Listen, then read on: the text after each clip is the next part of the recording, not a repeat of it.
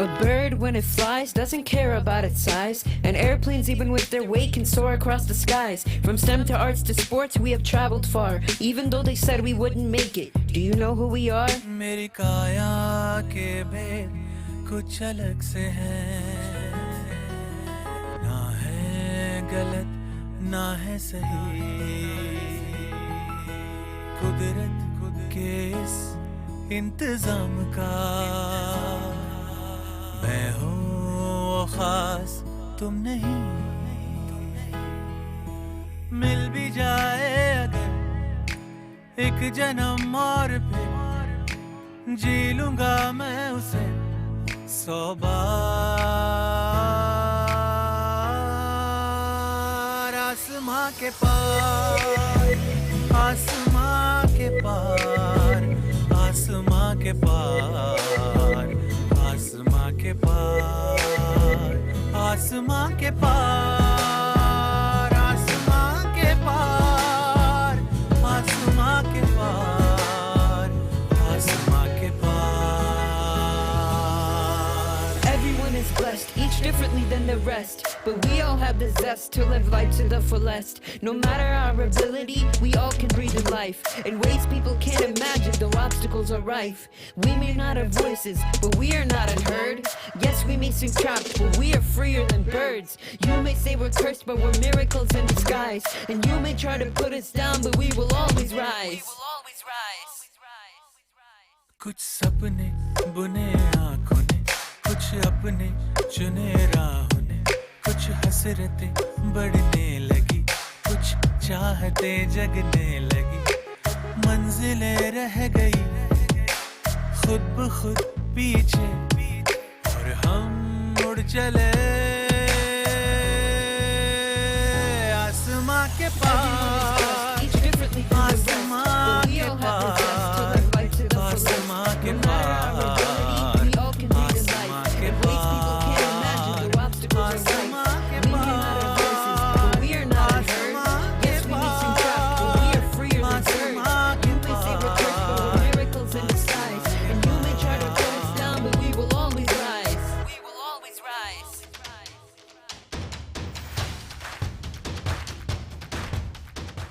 Hello, hola, bonjour, vanakkam, sat sri akal, and a big heartfelt namaste to all the compassionate people on behalf of India Inclusion Foundation.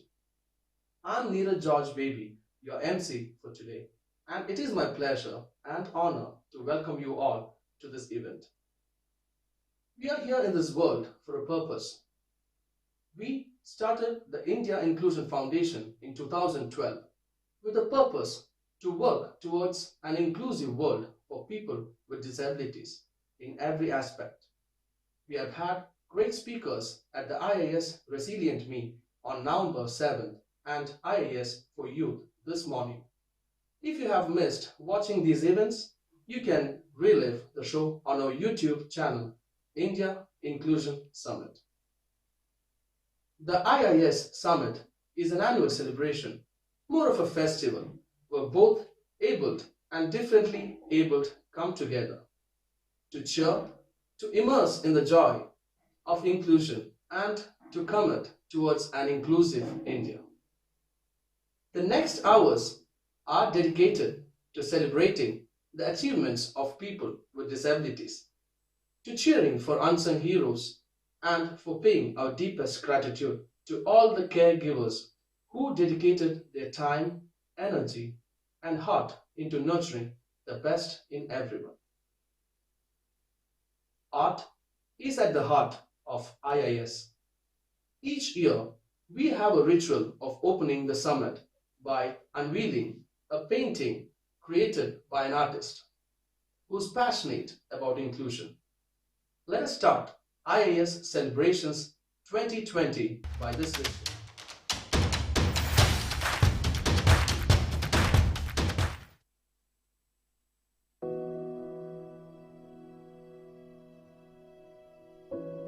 Niyaz Hussain is an artist who highlights social issues through his paintings.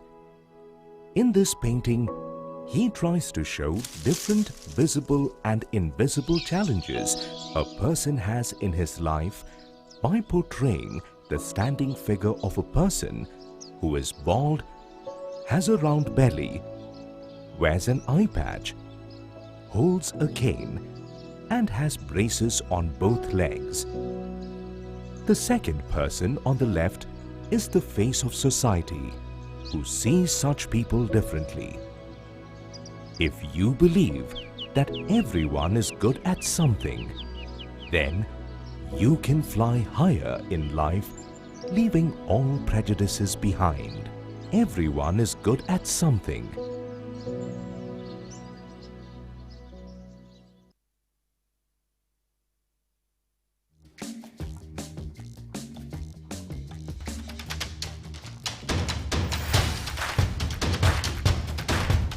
This masterpiece is the brainchild of Niaz Hussain from Delhi, an AFI fellow from 2019.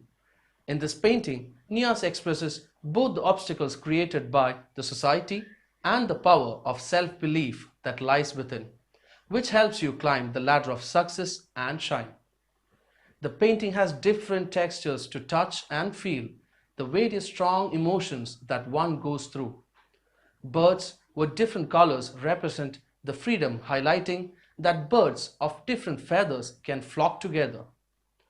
As Albert Einstein once said, imagination is everything. It is the preview of life's coming attractions. Movies can be a compelling medium to share a convincing message to a large set of audiences. An American director, producer, and actor, Doug Rowland, has used this medium to convey a message of inclusion through his movie, The Feeling Through Experience. It has a compelling story with a unique actor playing the lead role. Now, I invite our opening speaker, Mr. Doug Rowland, on stage. Once again, here's my warm welcome to all of you to the IIS 2020 celebrations.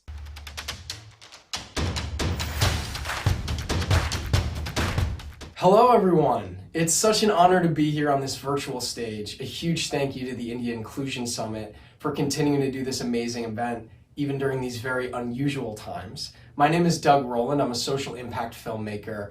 I made the first film to star a deafblind actor, and I want to tell you a little bit today about what I've learned along my journey. I'm going to take you back 9 years. We're in New York City. I was coming home late one night in the East Village, and I saw a man standing alone on a street corner holding a sign that said, "I'm deaf and blind and need help crossing the street." I remember my first thought being when I saw him, I thought to myself, wow, this is the first deafblind person I've ever met, and I've hardly ever even thought about this community. I tapped him, he pulled out a notepad and wrote that he needed a bus stop nearby. I took him over there and realized that another bus wasn't coming for over an hour. So I wanted to sit and wait with him, but I didn't know how to communicate with him. So I just kind of instinctively took his hand and started tracing one letter at a time on his palm. It worked, he understood me. And over the next hour, we had a whole conversation that way of him writing to me in his notepad, me writing back one letter at a time on his palm. And, you know, I got to know this man, Artemio, as this charismatic, funny, warm-hearted guy who I felt like I'd really made a connection with, to the point where when his bus came, we were giving each other a big hug goodbye, and you know, I started tearing up a little bit, thinking I'm gonna miss my new friend who I'm never gonna see again. And this experience stayed with me for a really long time.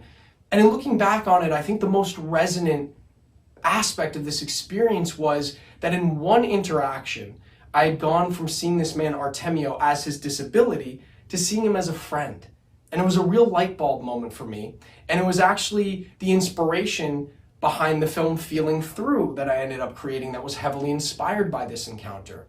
And it was a film that I wrote shortly after this encounter, but it lived on my computer for many years because I didn't feel like I was quite ready to make it yet. But years later, when I got that gut feeling that now was the time, I instinctively knew that I wanted to make it alongside the community. And I ended up reaching out to and ultimately partnering with the Helen Keller National Center to make it. And what was so great about working with them is that, you know, I live in LA, they're based in New York and Long Island, and I was routinely traveling to their headquarters in Port Washington, Long Island, to get to meet with a lot of people in the deafblind community, get to meet with a lot of the staff that worked there, that worked with the community every day, and really get this masterclass education in the community, but moreover, form a really personal relationship with the community myself. But it was also great to work with the Helen Keller National Center because I knew from the start of this process that I wanted to cast a deafblind actor, and they helped me do that. So they ended up reaching out to deafblind people all across the country as possible actors for this role named Artie, who is obviously very inspired by Artemio. And funny story about that is that Robert Tarango, who we ended up casting, was not on our initial casting list. He actually worked in the cafeteria at Helen Keller National Center, and we were midway through one of our days of casting one day. We had a break in the schedule, and someone in the room goes, "Hey, what about Robert?" So before Robert knows it, he's being pulled out of the kitchen and walking into this audition room for a film that he doesn't know exists. And it was one of those moments where the moment he walked in, he had this light and this charisma that I just instantly knew he was our guy. So now we have our deafblind actor. And what was, again, great about working with HKNC is that they provided an amazing interpreting team to facilitate communication between Robert and I throughout the process. And you know, during this process, we found out that Robert is the first deafblind actor ever to star in a film.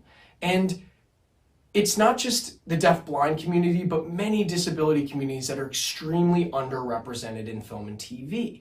Something like less than 5% of the roles that we see in film and TV shows are characters that are portrayed with having a disability. And of that percentage, so few are played by actors with disabilities.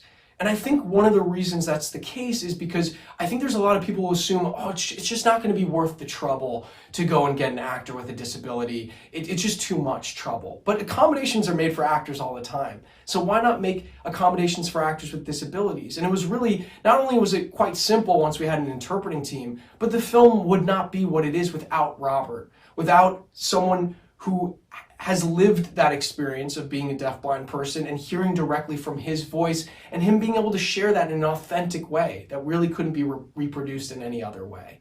What was really amazing about making the film was we also documented the whole process. So we were simultaneously shooting this documentary where we were following the process of casting and working with Robert, but we were also following along with our year-long search to track down Artemio, the man who had inspired all of this.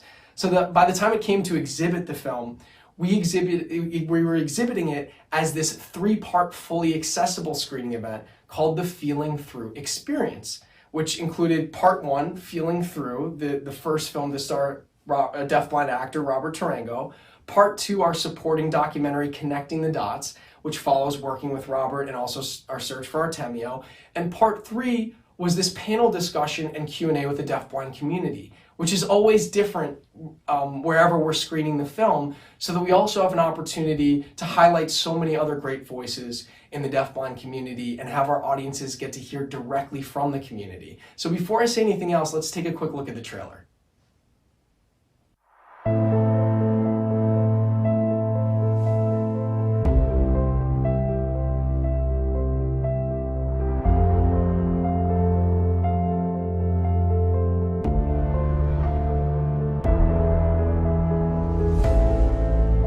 Man on Long Island breaking barriers in the film industry. He's believed to be the first blind and deaf man cast in a leading role.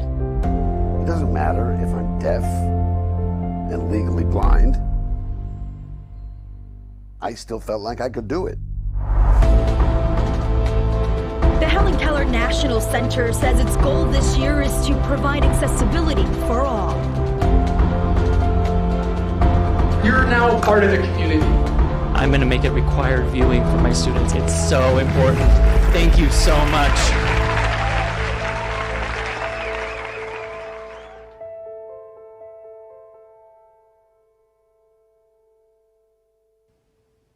So as you can see from that trailer, you get to see some moments of the film and some of the impact we've had on audiences, but you also get to see some clips of what a fully accessible screening looks like. And let me walk through the elements of accessibility that we brought to this screening event, because you might not be familiar with some of them.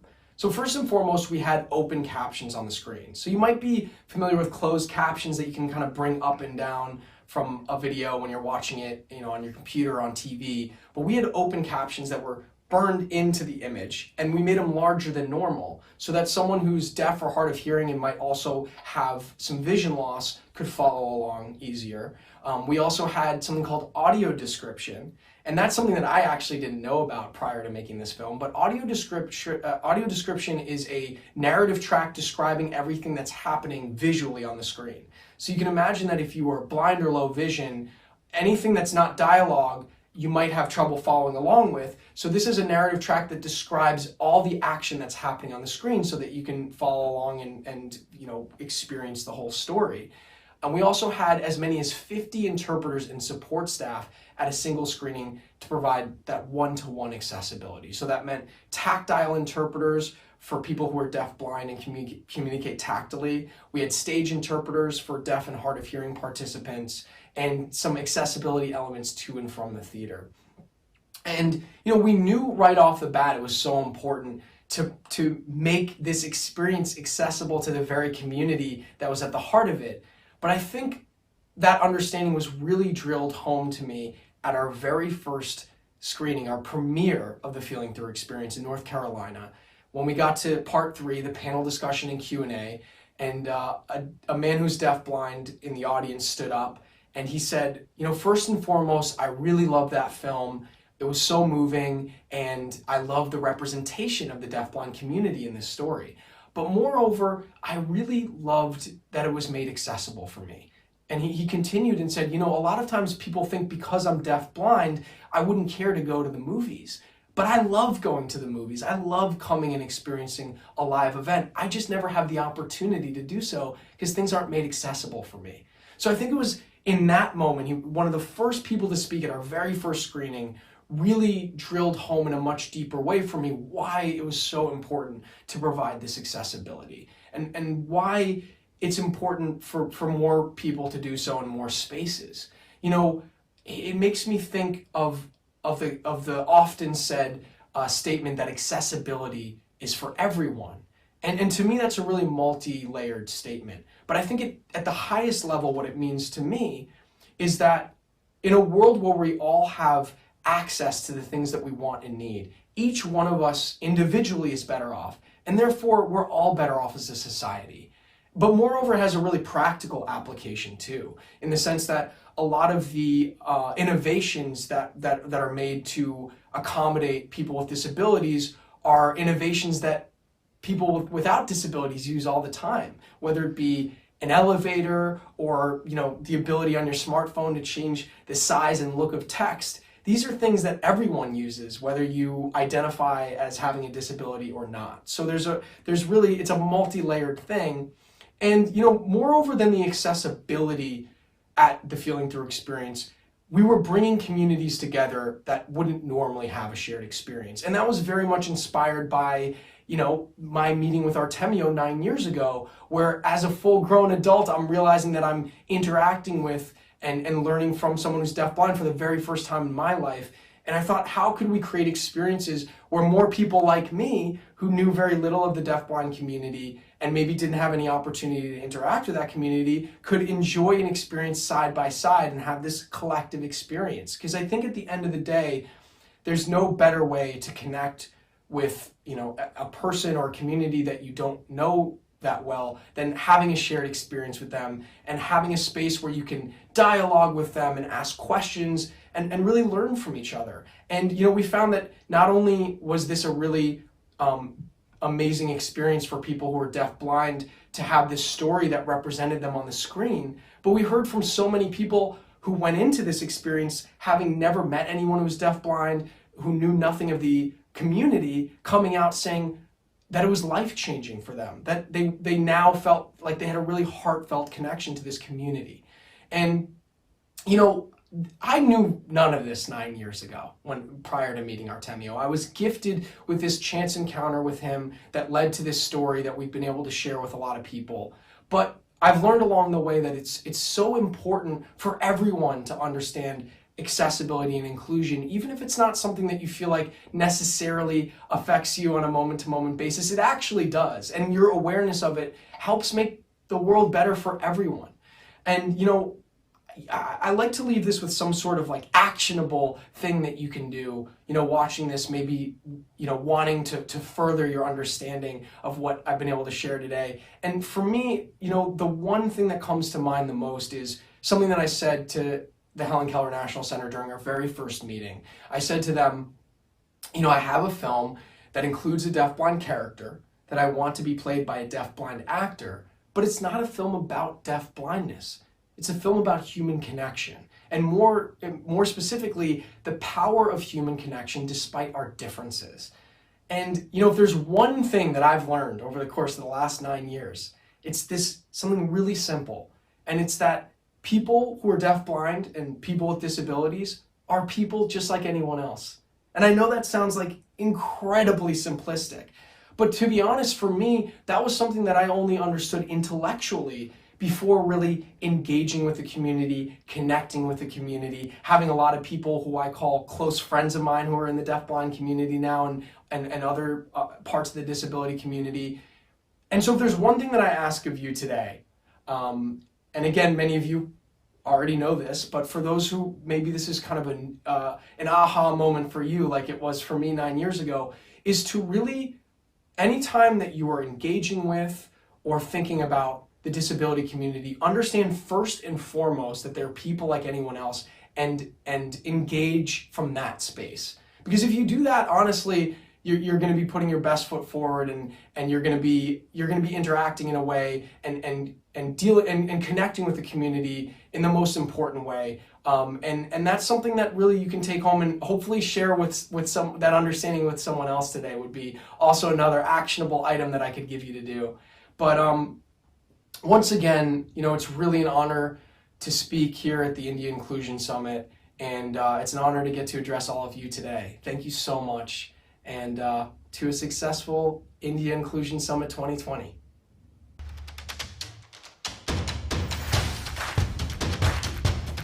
Thank you, Doug, for making such an amazing movie.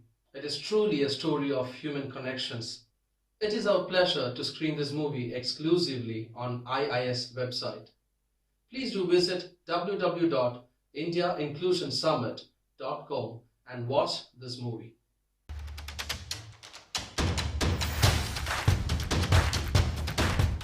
It's now time for me to share my story. I'm Neeraj George Baby from Alua, Kerala, happily working as an assistant at the Office of Advocate General since 2012. I've had an adventurous life so far, as deep as an ocean's dive and as high as a mountain's climb. As a child, I loved playing cricket and badminton with friends. The first plummet came in when I was 9 and was playing cricket with my friends. I felt severe pain in my knee and fell down. I complained about it to my parents and they took me to a doctor. Post an MRI and CT scan, I was diagnosed with a small lump on my left upper tibia. Later on, a biopsy revealed that I was suffering from osteosarcoma or bone tumor. Treatment was initiated. I underwent chemotherapy, but unfortunately, the tumor grew in size and my left limb had to be amputated. Thus, I came into the world of the differently abled at the age of 9. It was my zest for life that provided me with the courage and determination to fight cancer and move on. That was a milestone in my life and a whole new world of inclusion to explore. Immediately after my surgery, I started using crutches or Baisakhi as it is known in Hindi. Well, I feared getting back to school on crutches and facing my friends at school. I was fondly surprised and was welcomed with good wishes by the principal in the school assembly. It remains one of my first and the best memories about inclusion. I was the only differently abled student in my school. The teachers made sure that my friends understood my condition. My friends made it a point to include me in various co-curricular activities at school, like singing, playing basketball, and cricket.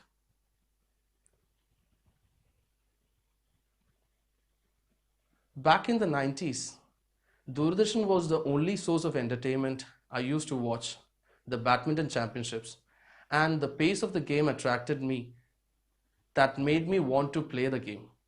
I was determined not to restrict myself to the four walls at home. I started playing the game with friends using a single crutch. The support of my family, friends, and teachers helped me to gradually come back to a normal life, and by the time I finished school, I was a confident young boy. At college, I took badminton a bit more seriously. I tried to channelize my energy into playing badminton and got professional training and improved my skills. That was a turning point for me, as badminton turned from a passion to a profession, and I started dreaming of representing my country in the game.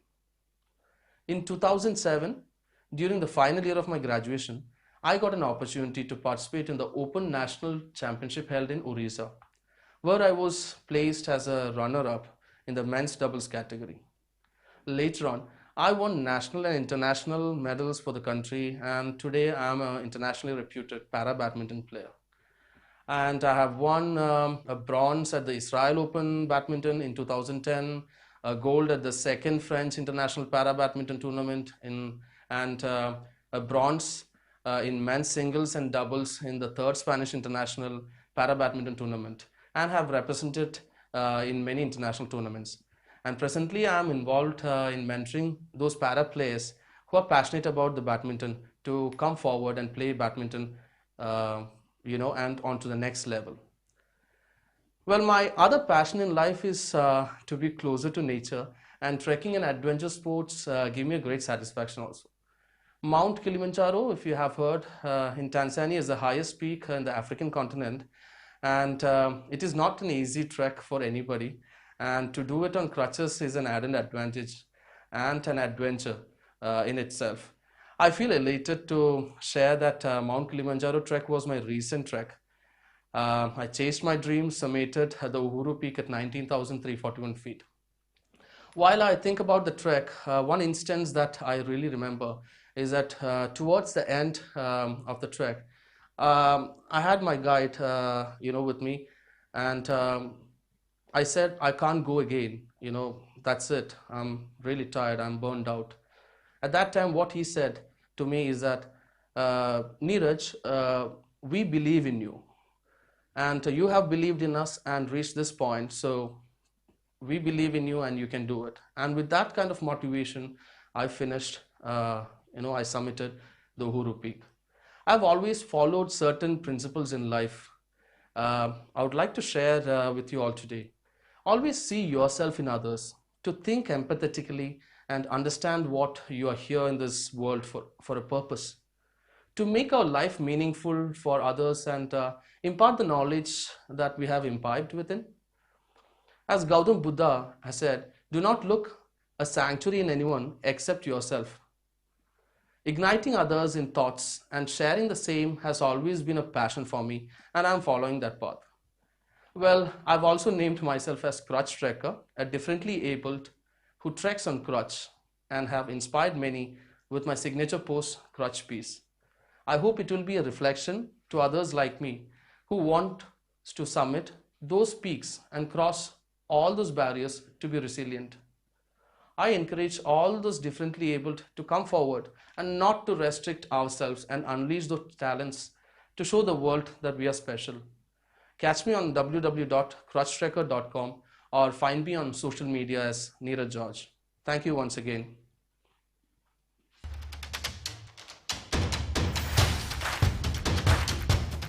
The Art for Inclusion is an initiative to highlight the abilities of artists with special needs. We receive lots of applications for the AFI Fellowship. The applications are screened and evaluated by a jury team. The jury team consists of Mr. Vilas Naik, world-renowned speed painter and the chairman for AFI, Mr. Abhishek Podar, founder of Museum of Arts and Photography, Mr. Sriram Jagannathan, graphic novelist, author Mai, and co-author Grit, and Ms. Anu Jain, fine artist, AFI Fellow 2019. A total of 9 artists were selected this year for the AFI Fellowship. These artists use art to communicate their thoughts, emotions, and life experiences. By sharing their artwork with the world, we offer an opportunity for everyone to experience the world through their art. We also provide a platform for artists to celebrate, connect, and catalyze with renowned institutions and mentors. We will learn about the 9 artists throughout the event. Here are our first artists, Ayush Bambani and Arun Srinivasan.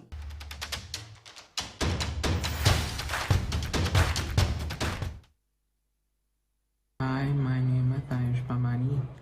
I'm a student in IIS Bangalore. Ayush Bambani is an artist who prefers to work with rotring pens on textured paper and is a trainee at Sense Kaleidoscopes, an academy for autism and Asperger's syndrome in Bangalore. He is not one for words, but rather of colors and waves, shapes and corners, light and dark. He naturally gravitated towards art and he is highly sensorial and visual. His work is full of painstakingly crafted detail and he specializes in the Zentangle form of art. This art form appeals to his sense of form and structure. He can spend hours on his work, but he is equally interested in music, movies, food, video games, and everything else a young adult would enjoy. His artworks have been exhibited at various exhibitions, both nationally and internationally.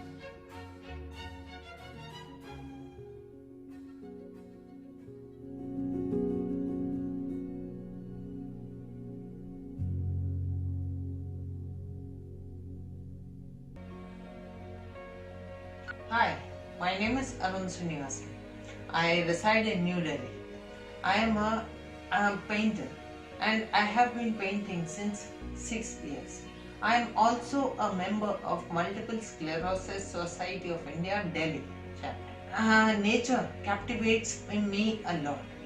I am a landscape artist and I have been painting a lot of natural beauties around me. The purpose of my painting is to capture the vibrant colors of the nature through my strokes, and my aim as an artist is to reach the peak of the art world.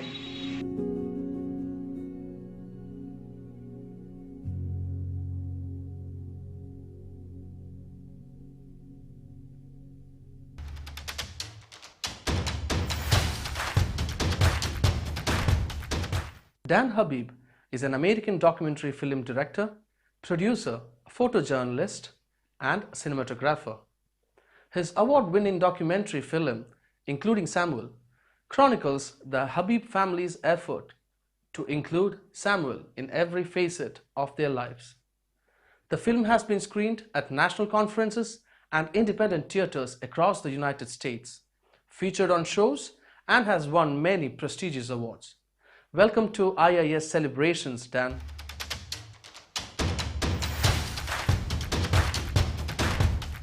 Hello, everyone. It's a great honor to be with you here for the India Inclusion Summit. I've been looking forward to this, and it's a great joy for me to be with you. I want to start by just asking each of you to think about your own school experience, whether you're still in school or whether it's been many years ago. Think back to a classroom from your childhood. Or from your school now, and look around that classroom and let me know if you see or think about whether you see students with and without disabilities working together, collaborating, and learning together. I'm going to guess that many of you saw no students with disabilities in your class, and that's pretty much the way I grew up as well. When I was young, here in preschool, I never thought about kids with disabilities because I barely saw any kids with disabilities. Until I saw a young boy, a friend of mine, who had a difference. And what was unusual about this boy, if you can see in the picture, was he wore a headband around his ears. And at the time, that felt like a really big difference. He was the boy with the headband. But looking back now, that seems like such a minor difference. I remember coming home and asking my mother one day, why does that boy wear the headband all day? And she said, well, he's had some ear surgeries and he needs to protect his ear. And I think back to that now and think, that was the boy with the headband. That was such a difference. But in reality, that is such a small difference now that I look back at it. And that's because of my own life experience. When I look back now, almost 20 years, when my wife was pregnant with our second child, we had Isaiah, a 3-year-old who was running all over the beach, very active, talking, energetic, and we were looking forward to having that second child and envisioning the family that we might have, the adventures we would have together, hiking and biking. And then one day, Samuel was born. A beautiful child. We had a beautiful birth. And for those first few months, we were exhausted, but we were exhilarated, happy, until a few months into his life, and we started noticing he wasn't developing in the same way as his brother. He wasn't rolling over. He wasn't trying to sit up. He wasn't talking. And we started getting a little concerned. So we called the doctor, and the doctor said, well, let's have him checked out by a physical therapist and a speech therapist. And they said, just to be sure, why don't we have him seen by a neurologist? And at about 6 months old, the neurologist started doing all these samples of Samuel's blood, his skin, his urine, all these samples going all over the world to analyze why wasn't Samuel developing in a typical way. And at that point, as a parent, you're just so worried, and you're thinking every day, I just want to get that news from the doctor that everything's going to be okay. He just needs that one pill and everything will be fine. The doctor sent skin samples and blood samples all over the world. And after about a year into Samuel's life, he came back and told us that it looks like Samuel has an underlying genetic disorder that is called cerebral palsy. And you can see now in those fists balled up, that was the early sign of cerebral palsy. So we went from this place of just joy and excitement to a place that was really just full of uncertainty. And that's a tough place to live in uncertainty, of not knowing whether Samuel's health was going to take a turn for the worse, how long he might live. How could he go to school when he can't hold a pencil? How can he have friends when he can't just run outside and play with his friends? Just test after test after test and concern after concern. And we realized we can't live in this place of fear and concern. We have to find a better way. So we have to find a vision for Samuel's future. My wife was fortunate to go through family leadership training, and she was able to come to this idea that, kids with disabilities can be included in school. They can be included in community. They can take part in every aspect of our lives. And she said, Dan, you have to do this same training. We have to be on the same page as parents and form this vision for Samuel. So I went ahead and did that training. And what we both came to was that our vision for Samuel would be that he would feel like he belonged. He would feel like he belonged in every aspect of our lives, in our family, in our extended family, in our neighborhood, in our community, and most certainly his own elementary school right down the road from our house. We just couldn't imagine how Samuel could ever feel like he truly belonged if he didn't have a place of belonging in his own school. So Samuel, thankfully, always felt like he belonged. He was a charmer. He would just lean over to the girl next to him in preschool, flash those eyelashes, and he definitely felt like he belonged in preschool. As he got older and he went into elementary school, first grade, second grade, he felt like he belonged with his friends. He was supported, sometimes quite literally, like for this group photo, along with his friends in elementary school.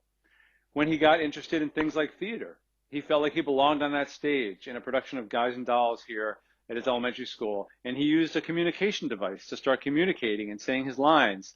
And nobody gave it a second notice because they had been with him in school all day long, and they knew that that's just the way that Samuel took part in the world. As he got even older, he wanted to play sports. So he couldn't run the first baseline in baseball, but he could use his adaptive bike with a little help from his coach to get up the first baseline. Sometimes he was safe, sometimes he was out. He was just playing the game with his friends, but he felt like he belonged. That sense of belonging has continued through his life, thankfully, because he's worked hard to advocate for himself, and we've worked hard to advocate for his inclusion in all aspects of society. And he and his brother, Isaiah, are now 24 and 20 years old and still very, very close. And in his upper levels of school, he started participating in high school sports. And here in the United States, actually it's worldwide, a program through the Special Olympics called Unified Sports, in which kids with and without disabilities compete against other school teams of kids with and without disabilities. So he felt like he belonged on that soccer field. As he got even older and he started taking part in more school activities, he joined a group called the Be the Change Club here in New Hampshire where we live, we've had a tremendous amount of refugee resettlement from all over the world, from Syria, the former Yugoslavia, Iraq, Bhutan, and they've come and settled into our community, many people from Africa as well. And Samuel wanted to be part of that welcoming spirit in our community. So he joined the Be the Change Club, and he felt like he belonged while he was trying to help other people felt like they belonged. He got involved in the TV station, and he started doing a sports broadcast every morning for the entire school of 2,000 kids. They got to know him that way. And then most recently, he started working with me and with other people on film projects. Here, there's the legendary disability rights advocate, Judy Heumann. We went down to Washington, D.C. and did filming with Judy. And so now he feels like he belongs professionally, and he's got a job making films that he loves. Now, you might think that Samuel, doesn't see himself in a relationship or with a girlfriend. Well, that's not true. He very much wants to get married and have kids someday, and he has great role models for that. And here you see him with his close friend Anita at the high school prom. And then just days later, you'll see that Samuel was graduating from high school, and getting his diploma with a regular diploma, which of course set him up to achieve his dream to go to college.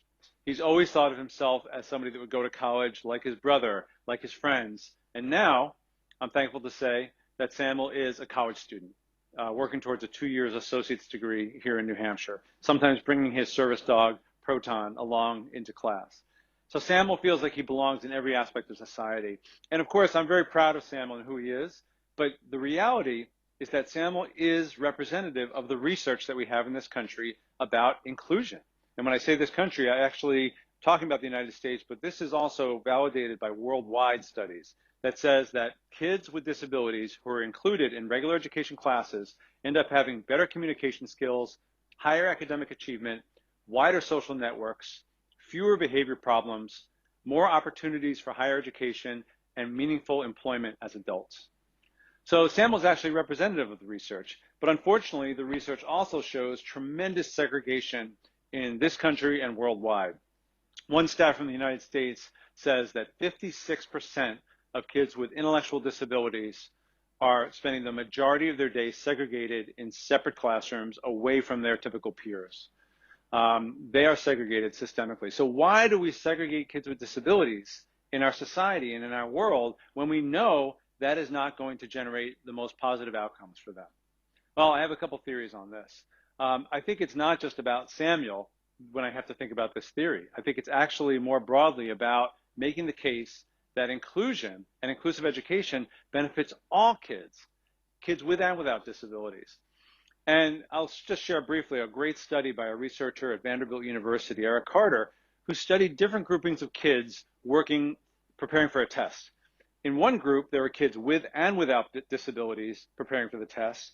In another group, it was just kids without disabilities. So one group was very uniform or monolithic, just kids without disabilities. The other group was a mixed group. And they found that the kids without disabilities in the mixed group were actually achieving 15 points higher on their exams.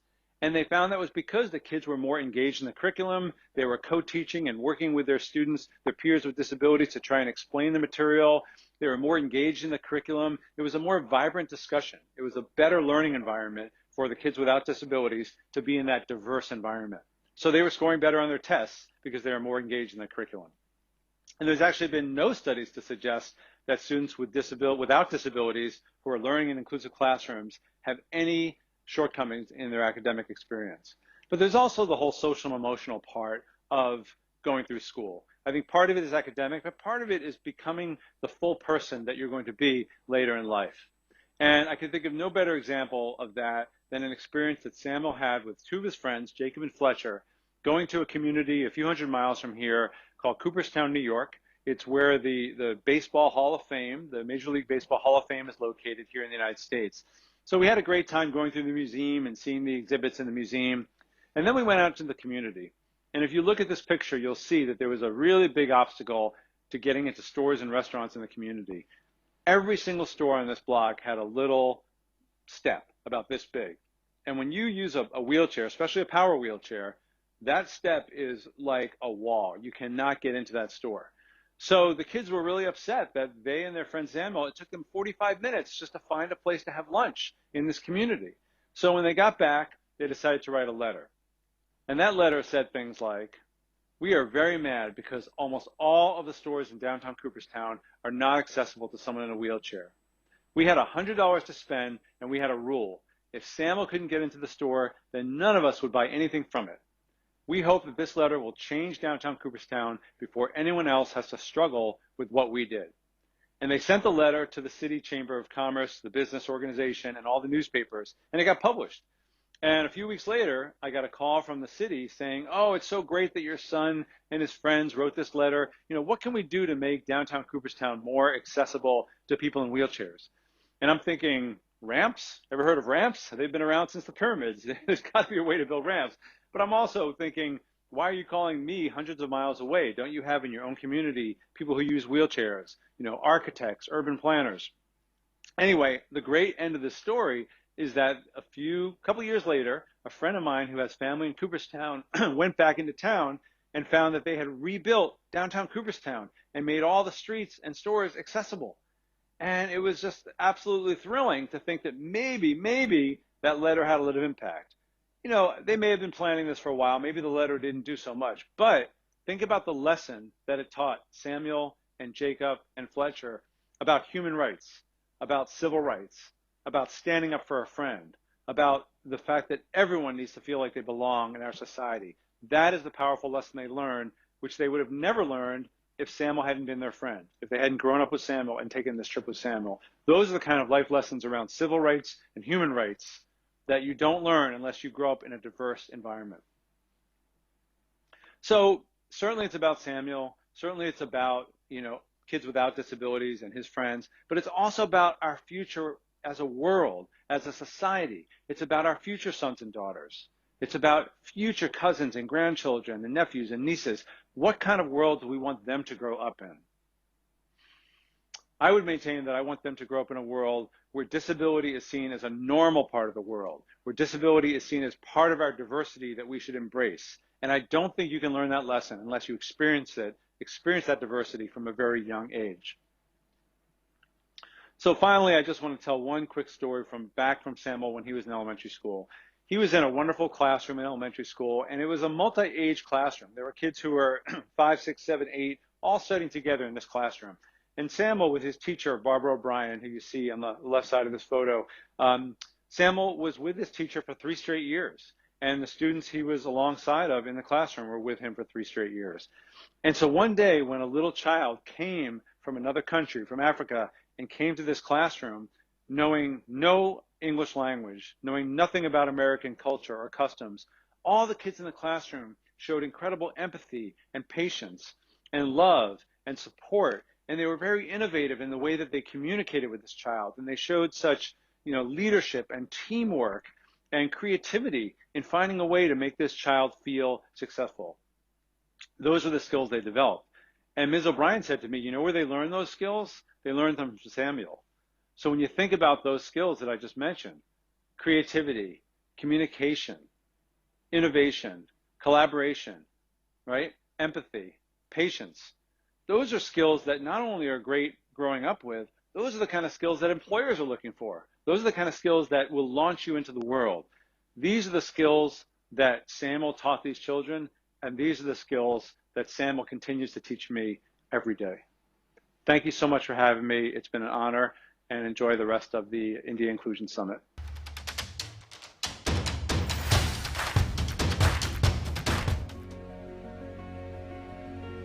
அனைவருக்கும் வணக்கம். என் பெயர் சுசீலா கந்தசாமி, சேலம் மாவட்டம், தமிழ்நாடு. நான் ஒரு ஓவியர். IIS நிகழ்ச்சி கலந்து கொண்டது எனக்கு மிகவும் மகிழ்ச்சியாக இருந்தது. நான் மிகவும் ஏழ்மையான குடும்பத்தில் சேர்ந்தவர். எனது தந்தை நெசவு கூலி தொழிலாளி. என் தாய் எங்களையும் எங்கள் வீட்டையும் கவனித்துக் கொள்கிறார். எனக்கு ஒரு சகோதரி உண்டு. எனக்கு 8 வயசுலேருந்து நடக்க முடியாது போனது. அப்பா அம்மா ஸ்கூலுக்கு என்னைய கூட்டிகிட்டு போவாங்க. ஸ்கூலில் ஒரு டீச்சர் எனக்கு போர்டில் சொல்லிக் கொடுக்கும் போது எனக்கு ஓவியத்தில் ஆர்வம் வந்தது. அதில் எங்கள் அப்பா அம்மா என்னை பார்த்துட்டு ஸ்கெட்சு, பேனா எல்லாம் எனக்கு வாங்கி தந்தாங்க. கிட்டத்தட்ட 2000 படங்கள் வரைந்து வச்சிருக்கிறேன். விடாமுயற்சியால் 10 கேன்வாஸ் ஓவியம் வரைந்து வைத்துள்ளேன். அதில் சிறப்பாக அமைந்து இருந்தது கருவறை ஓவியம். இந்த வருடம் என்னை ஐஏஎஸ் நிகழ்ச்சியில் கலந்து கொண்டது எனக்கு மிகவும் மகிழ்ச்சியா இருந்தது.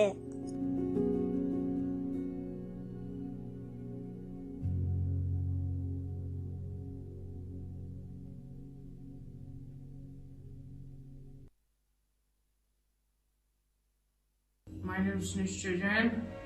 I'm a student of Step by Step. I study in class 9.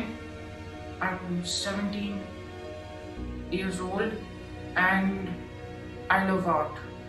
What made me choose art is that I find it calm and soothing. I paint different kinds of characters and all things that I like to draw in what I want or what I want to paint. I like watercolor the most. That is the medium that I like. My ultimate goal in life is I want to draw what I want and I want to paint what I want and become an artist.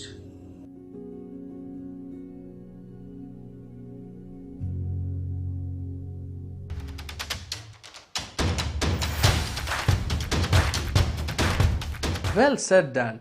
You learn so much more if you grow in a diverse environment. We should aim for a world where disability is seen as a part of diversity that we should embrace. Thank you for that message. It was also very heartwarming to hear the stories of our AFI artists Sushila Kandaswamy and Nishchay Jain. I now welcome you to a musical performance by Sahana Niran, a child prodigy, artist and musician. She started giving performances when she was 4 years old and now she is just 10. She can play 2 songs on 2 different keyboards at the same time. Let me not spoil the surprise. Check out the surprise package yourself. Over to you, Sahana.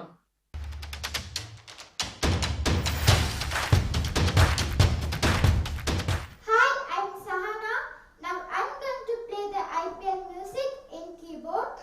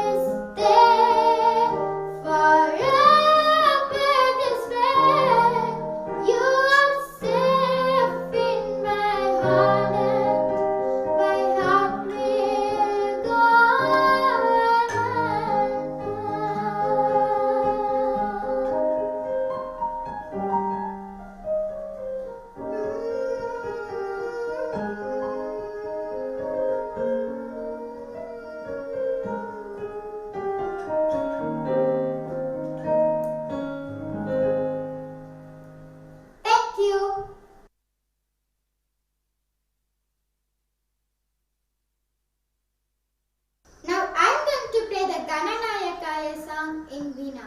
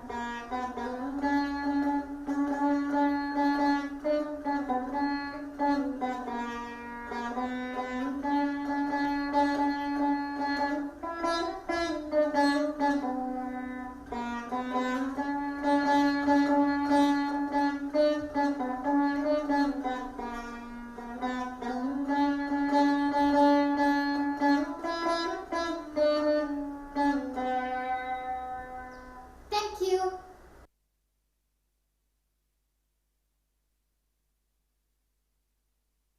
Now I'm going to play the Jai Ho song in 2 keyboards.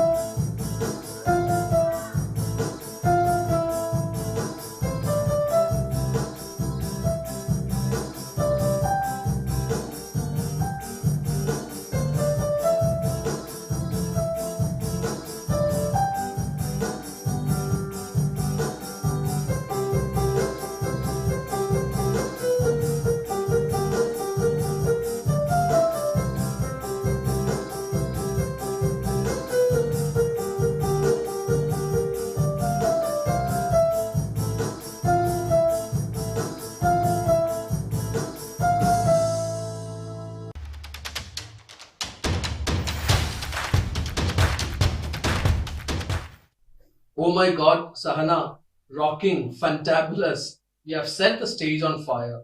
You are magical. At just 10 years of age, your achievements in the field of music is astonishing. Wish you a great career ahead in music. Today, I have the privilege to host a director, founder of Curly Street, and an award-winning documentary filmmaker based in Bangalore, Pavitra Chalam. She has directed over 200 movies in the last 15 years. Her thesis, Anamika Her Glorious Past, at the New York Film Academy received critical acclaim in festivals across the world. She won the Ability Media International Award in London for Best Film for Khushbu, a film about children with complex needs. She was awarded the Asia Pacific Award for Outstanding New Documentary Talent for Indelible, the story of 7 people with Down syndrome living in India. She was also honored by the Government of India in 2016 as one of 25 women achievers or ambassadors for social change. In January 2019, Women in Film, Los Angeles, she received a grant for Rooting for Runa, which is also on Netflix.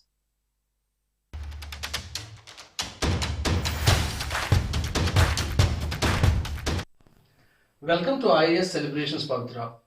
What drives you to focus on movies that highlight issues of social importance? Thank you so much. It's such an honor to be here today. I wish I could be there in person, and I wish I could meet everyone, and I know that day will come soon.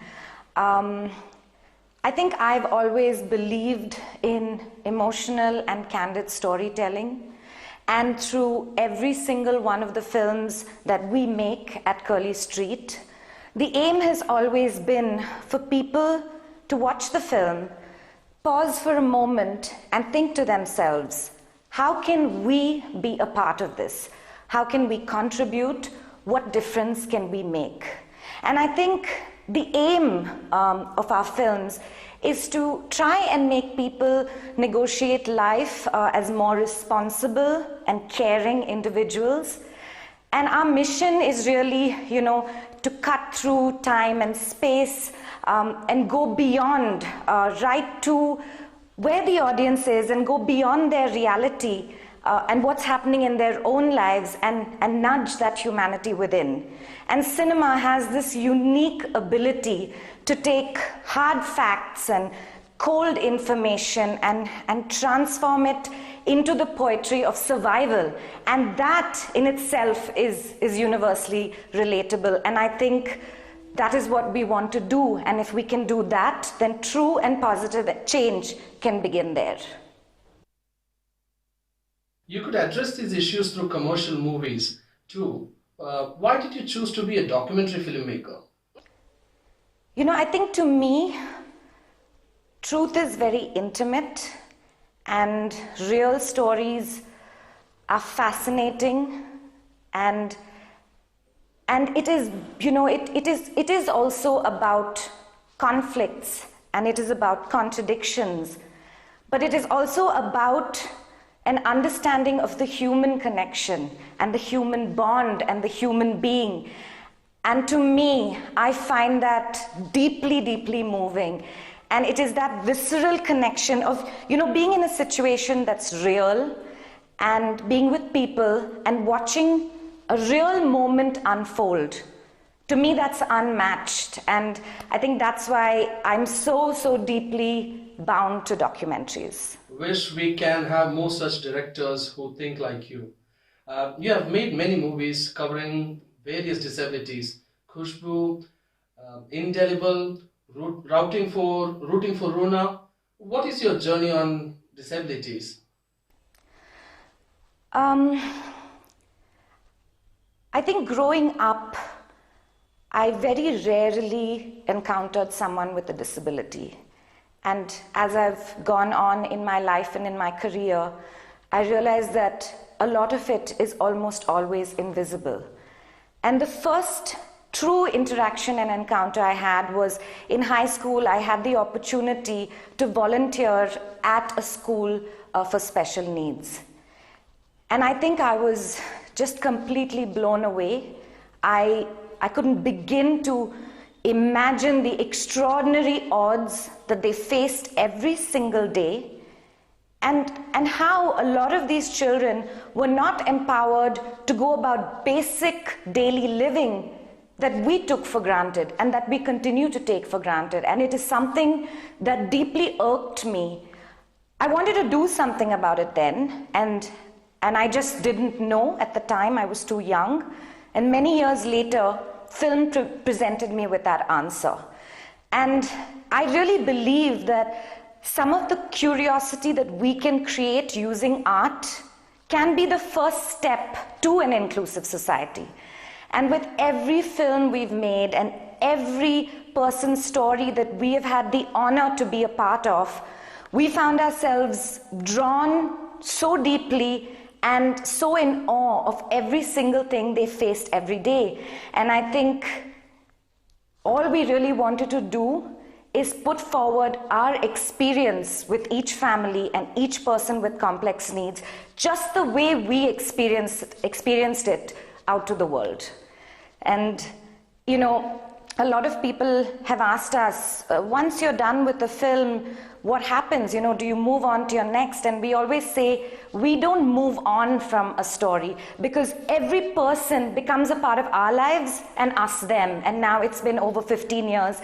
And with every film we make, we take it into the next film, because we've learned so much. And so we never move on, you know, they remain a part of every single thing that we do and will continue to do. Well, I watched Rooting for Runa on Netflix. It touched my heart very deeply. Can you please share your journey in the making of Rooting for Runa? That's a hard question, but I will try. Rooting for Runa is about a little girl called Runa, who was born in a small village in Tripura, which is in the northeast of India. And she was born with this birth defect that caused her head to swell to an unprecedented size. And you know, her parents, Abdul and Fatima, were told at the time nothing could be done. So they went home to their village and they waited for the inevitable. And you know, one day, a photograph of Runa went viral. And it triggered this incredible chain of events, and she was finally flown to Delhi for treatment.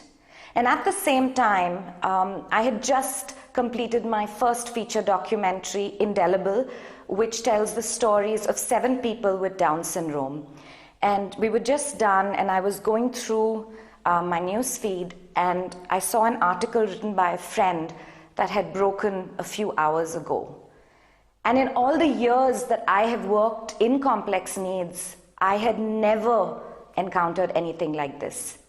And I think our thoughts at that moment was, how can this child have come to this stage?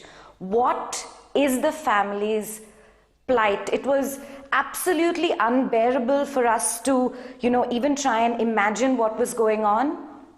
And so we just decided we needed to be there, we needed to help her, we needed to tell the story, and we were on a flight to her. And the interesting thing that happened is, amidst all the despair, there was this joy that Runa had been discovered, that she had been given this chance at life. And that meant that she was a symbol of hope, and she continues to be a symbol of hope. Because if she got that chance, that means millions of children could have that very same chance. And in so many ways, birth defects is an invisible war. You don't see it, you very rarely hear of it. And suddenly, the whole world was talking about this little child. And it was so inspiring to see people from every corner, you know, coming forward saying, how can we help? And this was back in April 2013. And of course, you know, once the surgeries were successful and the world moved on, we remained. And we stayed with Runa and her family for 7 years. And what we experienced is now what I hope the world is experiencing through our film on Netflix. And our hope is that if someone can watch this film and it could lead to an understanding of what it means to be below the poverty line in India and live with a birth defect or a disability. And if that can create a better understanding of inclusion, if it can help with prevention, then I think that we really can begin a proper campaign for towards the fight for the better health of the Indian child. Your response was an intense as the movie. Beyond movies, I believe you are also the co-creator of the Mum's Word. Can you share some insights on what it is and what you want to achieve through this? My colleague Akshay Shankar and I are the co-creators of the Mum's Word. And the Mum's Word is a platform on Instagram that celebrates women who tell each other the truth about motherhood. Women who share what it truly means to be a mother, the mess, the vulnerability, the fun, the joys, the small wins of motherhood. And I think our aim is to create an insightful and empathetic platform for women to help each other. And we always talked about, and everyone talks about, how it takes a village to raise a child. But I think that Akshay and I truly believe it takes an even larger, village to keep a mother up and to keep her going strong. And so if women, not just from India, but around the world, can share with each other what they have gone through, and if there is an intersection and meeting point about these shared experiences, every mother will benefit, every child will benefit, and every family will benefit. And the core of the issue is motherhood is such an incredible experience, and it is talked about so little. And the reason we started it is we wanted to change it, and that's how the Mum's Word was born. Wow, that was lovely. Any special message from you to people with disabilities and for their caregivers? I think that all that I can say is that I am truly honored to have been able to share the stories of so many people with complex needs, that they trusted me with it. And what we were able to witness and continue to witness is the inherent resilience of the human spirit to go beyond really insurmountable odds and to be hopeful and to be joyful and to contribute positively to themselves and the world. And that is something that has altered our lives. And I think my pledge to families with disabilities, complex needs, birth defects, and their caregivers is that our pledge is that we will continue to do whatever we can using film and whatever platform that we can to make sure that we go on to build a more inclusive society. And I think that that's really all that I can say.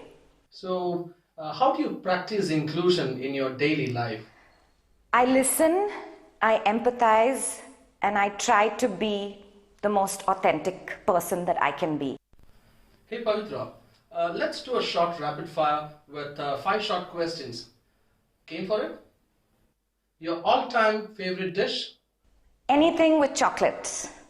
And your one personal favorite movie that you have directed? That will have to be Rooting for Runa. Okay. Any commercial movie you would have liked to be part of? That would have to be Kung Fu Panda, and I'm not too keen in making it. I just wanted to be the panda. New skill that you learned during the pandemic? Potty training my toddler. Okay. One thing about you that Google doesn't know. Okay, so because of my love for the panda, my loved ones call me Pandesh, and my brother goes as far as to call me Pandumani, and that Google doesn't know. Thanks a lot, Pavitra. It was such a pleasure to host you. I'm speechless, but can only say keep giving more such meaningful movies.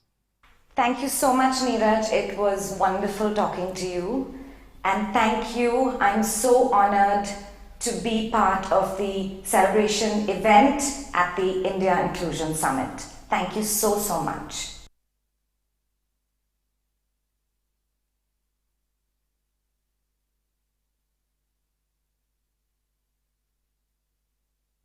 Wheelchair user. I got a master degree in fine arts, Tirubani University. I have been participated more than 100 group art exhibition, and I had 4 solo art exhibition, national and international level. In my painting, especially you can see on my painting 2 figure, woman and a horse. Horse is a symbol of power and struggle, and woman is a symbol of beauty. I want to create a new style and a new subject. How can I create a different style and different subject? That's my just about my painting.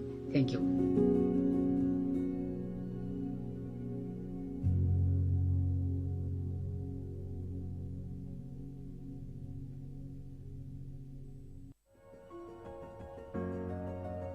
Hi everyone, this is Shakti Swami's brother speaking on behalf of artist M. Swaminathan. Swami hails from Chennai, Tamil Nadu and is an alumnus of Vidyasagar. He has shown amazing proclivity towards geometric shapes and lines right from his childhood and started participating in competitions from the age of 5. He has an amazing coordination with his artwork and gives all his pictures a unique perceptual slant that is a very Swami style. Over the years, Swami extended his range from just casual paintings to outsourcing arts that hang on walls of corporate offices, logos of sports people, calendars, murals, etc. His artworks have appeared on Vishwanath Anand's visiting cards and letterheads. Swami has always been in awe of the Shore temple there, and when it came to choosing an artwork for the competition, it was an absolute no-brainer that he chose the Shore temple, which has always been close to his heart. Swami's goal is now to participate in various competitions and spread his artwork around the world. His artworks have been applauded by professionals around the world, but he has always remained untouched by applause. He wants to give back to the society that has helped him all along the way and wants to help people develop their skills and make them realize their full potential. To sum it up, Swami is a master in his art, yogi in demeanor, and child in street smartness. Thank you all.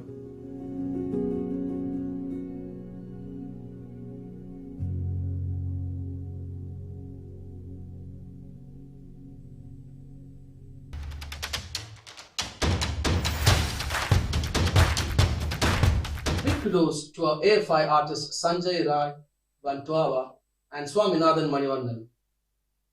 I now would like to welcome Rob Bernstein. He is an educational therapist specializing in autism spectrum disorders. Rob has been treating children on the autism spectrum for more than 30 years.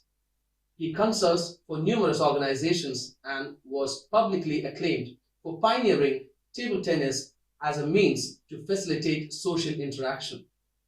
Rob Bernstein gives hands-on suggestions for handling children's behavioral issues, tantrums, communication and non-communication problems. He is also authored Uniquely Normal, Tapping the Reservoir of Normalcy to Treat Autism.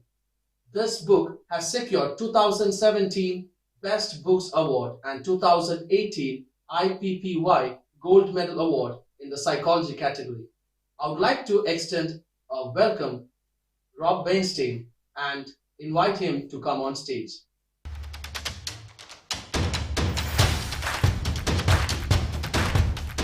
Hi, I'm Rob Bernstein, and I'm here to talk about celebrating inclusion with those on the autism spectrum, the Bernstein Cognitive Method. And I want to start with my mentor, I. Ignacy Goldberg, and he spoke about the evolution of social activism. So it's great having kids be part of the regular population, whether it's art or music or lunch, but he saw this in a broader sphere. He talked about it as a movement, really, going back to the 70s. And he was really pissed off at one thing, and that was when he tried to get tickets to the opera, he had to beg and plead for an aisle seat because he had a wooden leg. He lost his leg in the war. And he just didn't think it was right. He felt the system should accommodate, or as Wolfensberger said, normalize. Wolfensberger had the normalization principle, which basically says just this, that if you have the disabled coming into the norm, to the natural world, to the everyday activities that we all do and appreciate as a whole, then these disabled people should not be embarrassed. It should be seamless. We should have a few seats in the theater for the visually impaired, and center seats for the visually impaired, or the aisle seats for people who can't bend a leg. I mean, we got the wheelchair thing down, but we're talking about an attitudinal change, a systematic change. So any method that engages the person in the world of everyday activities, it's another way to foster inclusion. And in order to understand the Bernstein Cognitive Method, I need to talk about what it's not. And I think that will help understand what it is. So briefly, we have B.F. Skinner. You might have heard of the Skinner box, and there's a rat in the Skinner box there. He was called the father of behavior modification. And he would take the Skinner box, there's a grid, it's hard to see it, under the rat, and the rat would press a lever, and when he presses the lever, he'd get rewarded with a pellet. And that would increase the behavior of pressing the lever. You can see the cartoon. So the definition of a reinforcer is something that increases the frequency of behavior. So he developed this model. It's a reward and punishment model. There's an electric grid there he used for punishment. And there's a joke outside of my university's professor's door where I went to a behavioral school. And he had this joke where one rat is saying to another, now you have to picture that there's a graduate student putting the pellets down every time he presses the bar to reinforce his pressing the bar.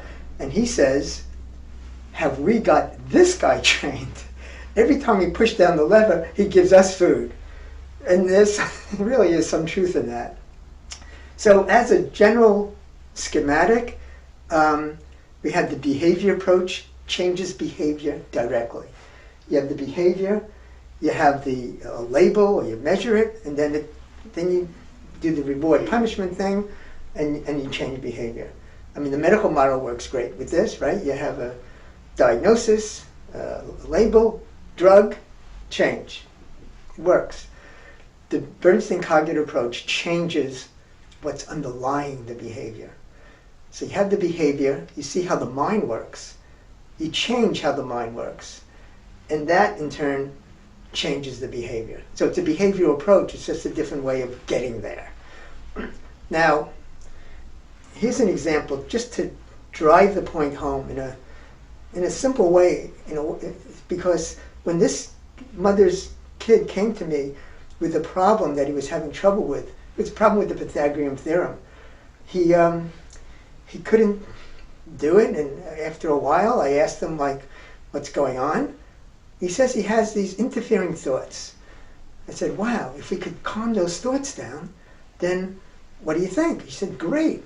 So I got a yoga teacher coming in, calm the thoughts down, work with him for about 20 minutes, give him another example like what we're doing, no problem. But here, this is the point. I asked him what was going on. For 4 years, nobody asked him in the school system what was going on. From 12 to 16, I saw him when he was 16. From 12 to 16 years old, what happened? He couldn't do what he's being asked to do. And I learned this in graduate school. If you give a kid something that is too difficult, apparently, what do? You give him something easier. So he was given something easier, easier, and easier until he landed in a class for the intellectually disabled, and he was just screaming, I don't belong in this class. He's trying to get into college and take the college entrance exams. But the point here, that, like I said, understanding the underlying cognitive process, how about just asking the kid? That's an example of what I'm talking about. The Bernstein cognitive method uses real-life situations to elicit language and behavioral change from within the person. So that's the key here, one of the keys to the method, using real-life situations to elicit this kind of change from within. And I want to talk about this girl who would water a plant every time she would come, and one time I put out all the water, no water in it. And she looks at it, apparently thinking, but, and what do I say? I've done this many times, and people have told me, say, does it need water? What do you think? Should we get water? Why should she use your words? Why don't give her the opportunity to have language surface from within herself? And she's looking at it, I'm saying nothing, and she says, empty. The mother was beside herself. That's one of the, if not the first word, one of the first words she ever said. Empty. It connected her It connected her affect. It connected her to language. And after that, she really started to talk a lot more. So that's an example of using these real situations to enhance language. So I just want to go back to the book where called Uniquely Normal, but I want to go back to the subtitle, Tapping the Reservoir of Normalcy to Treat Autism. That's what we're talking about. Tapping the reservoir of normalcy, getting that to surface to treat autism. So here's a brief outline of the entire method. It works to understand how a child's mind works, not just the behavior. It observes and sees patterns of behavior which represent what? The underlying thought processes. And then it looks for gaps in the developmental process. And we'll talk more about gaps later. In order to methodically bridge the gap, real situations are set up which will elicit language, relating, communicating, and so forth. So let me give you an example, and we'll play these clips of here's a child with no language in the beginning. There are 3 clips here, and you'll see bits and pieces of each one. In the beginning, there was no language, and then after a few weeks, you'll see the change, and after several months, maybe 10 months, I don't think you could tell the difference between her and a typical kid. So let's have a chance to look at these slides.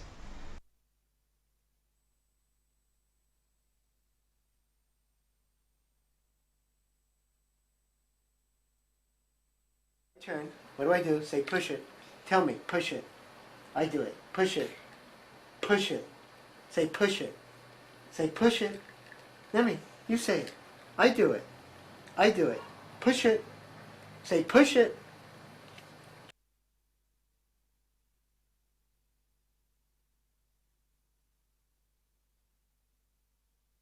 Julia, who should open the bottle? You open it, Rob. Who should open the bottle? Julia, who should open the bottle? Who should open the bottle? You open it, Rob. Who should open the bottle? You, Rob. Okay, I'm going to open it. Who should open the bottle? Who do you want to open the bottle? Who should open it? Do you want to open it, or should I open it? I'll open the bottle. Okay, yeah, okay. Go ahead.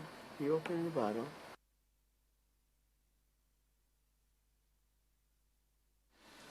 He's really stuck in here, and he needs stuff. He needs someone's help. For what? For he needs his friends back. He needs his friends. How about this one? How about this one needs help? Why does he need help? Because he needs to get out and swim now. He needs to swim. Help us. Can you help me, please?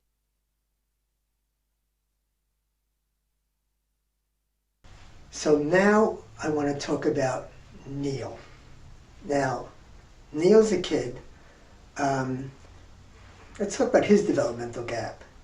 He doesn't recognize something from another person's viewpoint.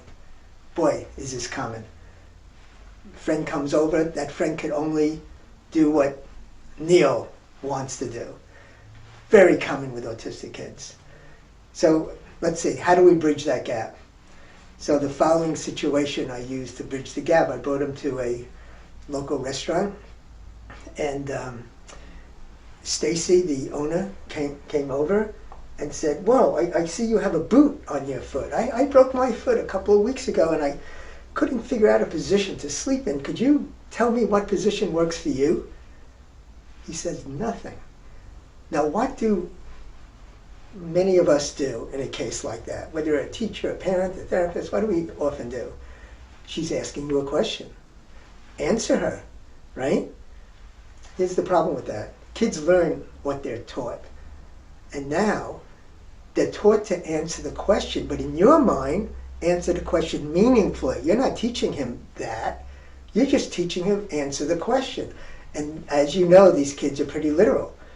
So he's learning to answer. How many times have we been with these autistic or Asperger's kids and they'll answer or respond to you, but it's what they say is totally irrelevant. We teach that. We teach that to these kids because we insist on them to answer the question. So I say nothing. Stacy waits, I don't know, 30 seconds, 40 seconds, walks away. I say to Neil, I say, you know, Stacy thinks you're not friendly. And he says, I don't understand. I didn't say anything. Right? I tell him what everybody here would say for the next 10 or 15 minutes. How, well, I know you didn't say anything, but, you know, she's asking you a question and blah, blah, blah. It's, you know, that's the 10 or 15. He gets it after 15 minutes. And then what do? I call Stacy back. And I don't care, you see, about the answer to that question. I don't care about the behavior. I care that he changes from the inside. I care that he wants to be more respectful or more considerate or more responsive. I don't, so she does come back, and I don't remember exactly what it was, but he was responsive. So I'm fine with him thinking about, well, when the next person comes with a question, maybe I don't want that person to feel that I'm not friendly. This may work for him, and I'll be thoughtful and responsive and communicative. So we have these three situations, and they're direct ways to use real-life situations to get results. Two, we use the illicit language, and the other, understanding another person's viewpoint. The whole point is doing this through real-life exercises, rather than just telling the kid what to do. So the Bernstein cognitive method gives the child the skills to recognize a similar situation and transfer his real-life training to successful interaction. Like we're talking about Neil, if he comes across a similar situation like that. In conclusion, the idea of the Bernstein cognitive method for treating autism, it's a matter of understanding the child's thought processes with an attitude of systematic change and societal inclusion. Thank you. You're welcome to contact me during the session, after the session. I'd love to hear from you. Email me, text me, call me. Thank you.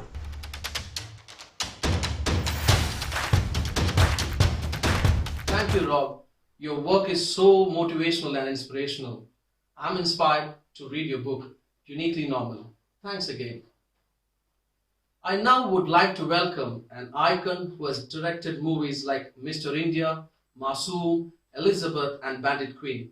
Mr. Shekhar Kapoor, Indian film director, actor, producer, who has won many national and international awards. He is the current president of the Film and Television Institute of India. He has received the Padma Shri Award, the fourth highest civilian award in India. Please welcome Shekhar Kapoor on stage.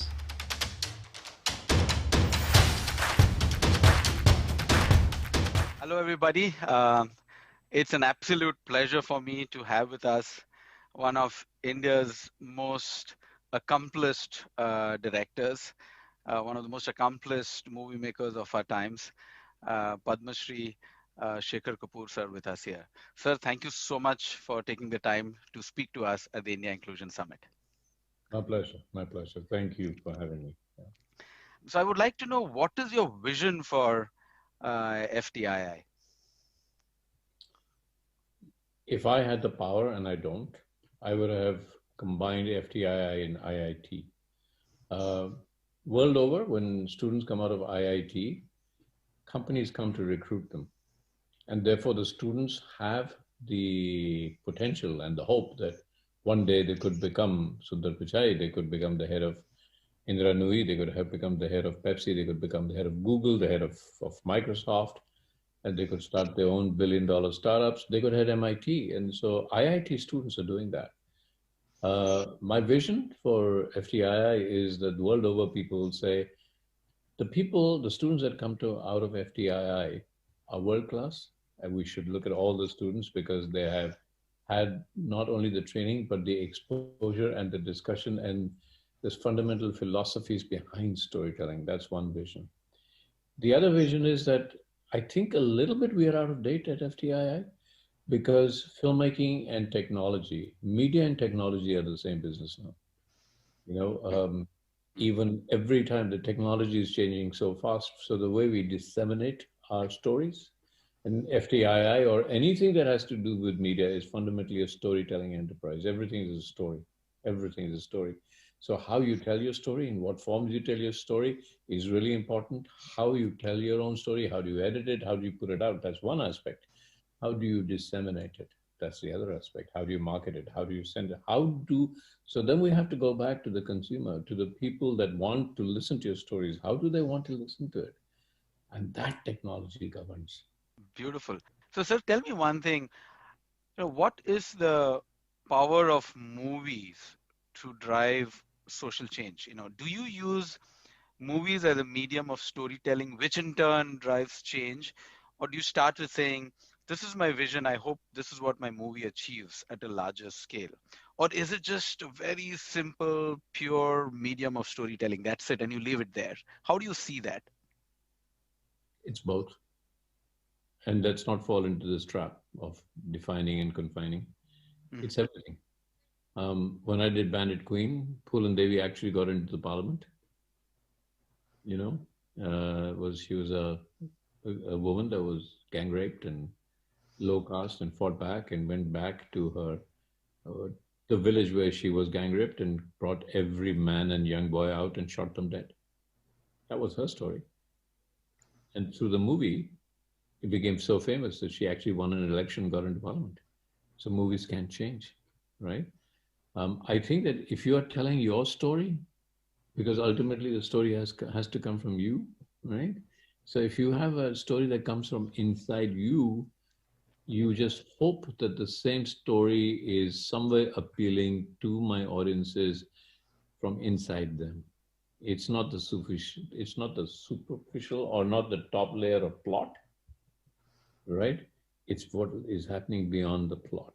It's what we call the subtext. And the subtext, when I did Elizabeth, I met women that had shaved their heads because at the end of the film, the actress shaved her head to say, I'm a virgin. Did that happen in history? No. Did they suddenly mean that, oh, I am Kate Blanchett? No. They recognized in themselves the fundamental subtextual emotions that were flowing through the movie. And therefore they identified with the movie on a much more subtextual level. And that's what you hope when you're doing a movie when you're driving from point A to point B, when you're driving in America, you have to take care of the traffic rules. You can't go the other side. You have to stop at the traffic lights. You cannot, go beyond. That's a plot, right? But that's not all you're doing. There are a million things happening from the time that you left and the time that you arrived. There are a million thoughts and a million perceptions and a million things happening in your mind. So in a film, it's the same thing. A movie will give you that million things that will be provoked inside you. That's why some of the best movies in the world are movies that you can see again and again. So if you watch 2001 Space Odyssey, right? I've seen that film 10 times. Each time I've understood it differently because the filmmaker has left those moments, gaps inside the film, as he puts it, and those gaps you fill with the state that you are in. If I've studied Buddhism, I understand it differently. If I'm a student, I understand it differently. If I'm 12 years old, I understand it differently. Then 12-year-old, when I become 60 years old, I see the same film and I understand it differently. It's a different story. That's what movies can do, and that's why they can change things, because you give yourself to them. That's what the fundamental thing about a movie hall is you walk in and say, I am yours to the movie, you know? Do you have your personal favorite amongst the movies you made? And do you watch it again and again? You know, there are many people who say, I don't watch my own movies, but do you watch your own movies? I've never watched all of Mr. India again. I watched scenes from it because people put them out. I've never watched, I only watched Bandit Queen once again because somebody wanted me to do a director's statement. So I said, I better see it again. And I came out and that made it my most personal movie because I came out and I was crying and everybody said, well, why are you crying? I said, because I'll never make this film again. Maybe last final question, sir. A lot of the audience at the India Inclusion Summit are people with disabilities, and they are having their own challenges. Any final message to them? How do you think they can deal with their lives? You've mentioned about your own struggles, your own challenges. Any final message for all the audience who are part of the India Inclusion Summit? It's very easy to say that mental or other disabilities, physical disability, you can see. Mental disability, you are exploring. We're still unable to identify them, and we are tending to define them. But I don't want to say anything that will detract from the efforts of trying to analyze these mental disabilities. But I will say this, that we haven't been able to identify them that carefully. If I had all these mental disabilities and I came through, I'm not saying that we shouldn't keep trying to identify them, but I would say that what we need to do when we examine their perception, if it's a mental disability, we need to contextualize our own perception also. So if it's a mental disability, the perception of that or the person that we say has a mental disability cannot be understood unless we understand our perception. It is one perception and trying to understand the other. But what we often do is our perception is fine. Now let's look at the difference in you perceive differently, you express differently. We need to train you to express this way. Now, I'm going to color that because I know that there are a lot of people out there, especially under COVID, are having mental challenges, and there's a lot of people trying to help them. So I don't want to take away from their efforts. They're really good efforts, but we need to understand our own sense of schizophrenia when we are completely normal. To know that our schizophrenia, for example, doesn't have to be a constant thing. We all get schizophrenic at times. There are moments of schizophrenia with every artist. This wow, I have an idea is sometimes a schizophrenic moment, but you just comes and goes. So we need to understand ourselves also when we are dealing with mental disability. Physical disabilities, yeah, we can see them, and I have seen people overcoming physical disabilities in a way and leading even more because they need to overcome a disability. I've seen them leading even more fruitful lives than people who, what we say, don't have any perceived physical disabilities because they try harder, because in their attempt to try harder, they are greater achievers than most of us. Thank you so much, Shikhar sir. I wish you all the best with Pani and all your multiple initiatives and your role at FTI. I wish you all the best, and thank you so much for your time. It's been such an honor to speak to you. Thank you so much, and all the best. Thank you very much. Thanks. Thank you.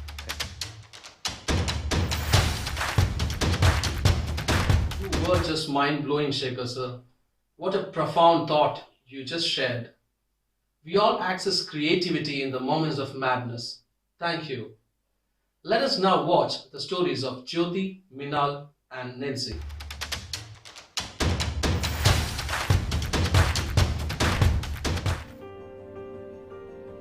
Namaste. My name is Jyoti K. Kumar. I have completed Diploma in Fine Arts and also a course in Graphic Design. And I have good expertise in both hand painting and computer designing. I started drawing at the age of 3 on the walls of my house and papers. And later I drastically developed keen interest towards painting and later bagged many awards and prizes in various competitions which inspired me to do more and more. This became my passion. Initially, When I started painting, I drew beautiful pictures of flowers, abstract art, women, and many others. One day, my friend advised me to express various emotions and feelings of the deaf people.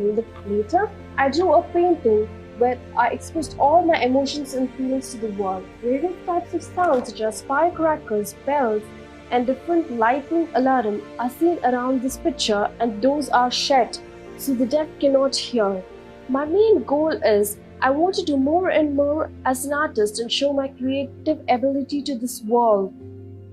I want to share the money earned by selling the paintings to develop and improve the education of deaf children. Thank you.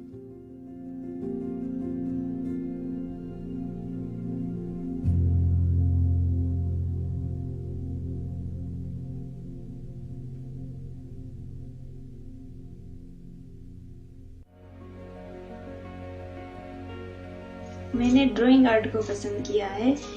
Drawing में मैं 8th standard से drawing कर रही हूँ। पहले मैं sketch बनाती थी, फिर वाटर कलर पेंटिंग बनाती थी। बाद में मैंने 10th स्टैंडर्ड की जो बोर्ड की एग्ज़ाम है वो भी मैंने ड्राइंग सब्जेक्ट के साथ क्लियर किया है। और उसके साथ मैंने कॉलेज में और यूनिवर्सिटी की पढ़ाई में भी इंटर कॉलेजिस्ट कंपटीशन में भी पार्टिसिपेट किया था। तब से मैंने रंगोली करना स्टार्ट किया। ड्राइंग ऐसी कला है जिसमें लैंग्वेजेस की कोई ज़रूरत नहीं है। आप कुछ बिना बोले, कुछ एक्सपीरियंस दिखाए बिना आप सोसाइटी को कुछ जो भी संदेश देना चाहते हैं वो आप दे सकते हैं अपने ड्राइंग के थ्रू। दुनिया के हर एक कोने में आप ड्राइंग के थ्रू अपना संदेश भेज सकते हैं। ड्राइंग सभी के लिए एक समान, सब लोग उसे अच्छी तरह समझ पाते हैं, इसलिए मैंने ड्राइंग को पसंद किया है।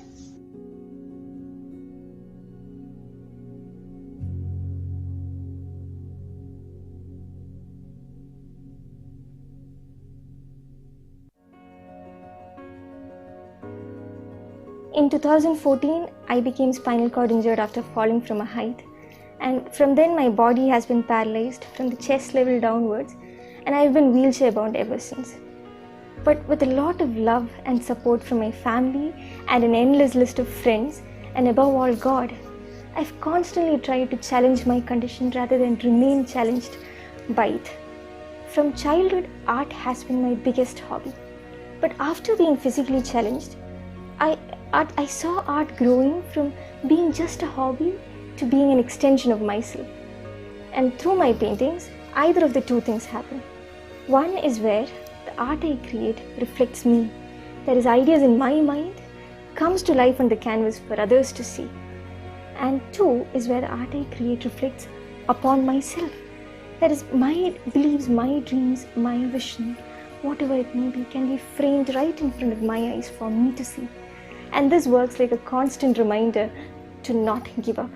Even when most of the other goals tend to get corrupted, achieving any of it depends on you not giving up. So my message for you is to not give up in life. Thank you.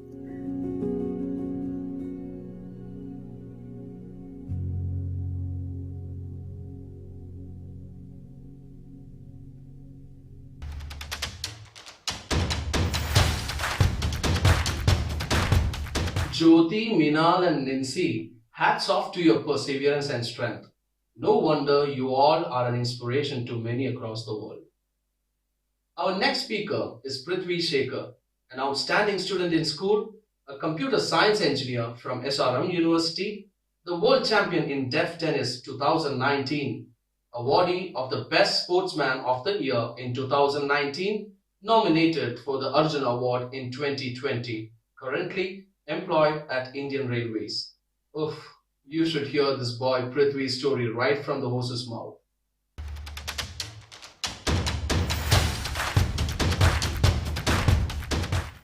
Thank you, Neeraj. Your achievements are equally awesome. Hello, everyone.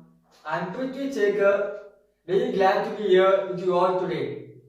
It is an honor to share the stage with other eminent achievers and celebrities like Shekhar Kapoor, Pavitra Chalam, Doc, Dan, and Bob. It was amazing to watch Sahana playing those instruments. Let me introduce myself. I was born with a hearing impairment, but was a happy child playing with my elder brother Praveen. But I did not feel any different except I was the only one wearing a hearing aid machine in my body with wire connecting to my ears. At the age of 4, I started studying in a special school, Bala Vidyalaya.